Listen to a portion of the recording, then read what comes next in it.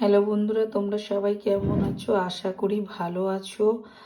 আমিও ভালো আছি। অনেক দিন পরে আমি একদম সিদ্ধ তরকারি জল ফুটতো, আনাজ দিয়ে দিত, দিয়ে জিরে বাটা দিয়ে নামিয়ে নিত।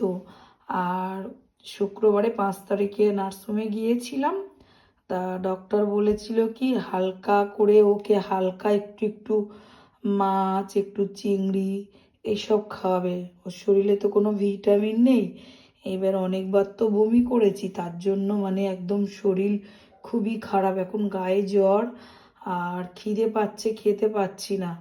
তার জন্য অল্প করে একটুখানি গাজর দিয়ে বিন করে দিয়ে ডাল বানিয়ে দিয়েছে, একটু সব রকম দিয়ে একটু শালট, একটু কাটা রুইয়ের ঝাল, একটু আলু দিয়ে পাতলা করে দিয়েছে, একটু শশা কাটা, একটা ডিম সিদ্ধ।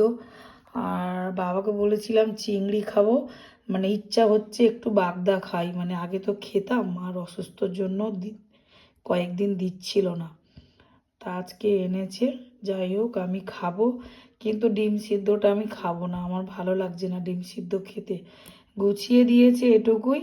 আর তোমরা যদি কেউ খেতে চাও চলে এসো, ঠিক আছে?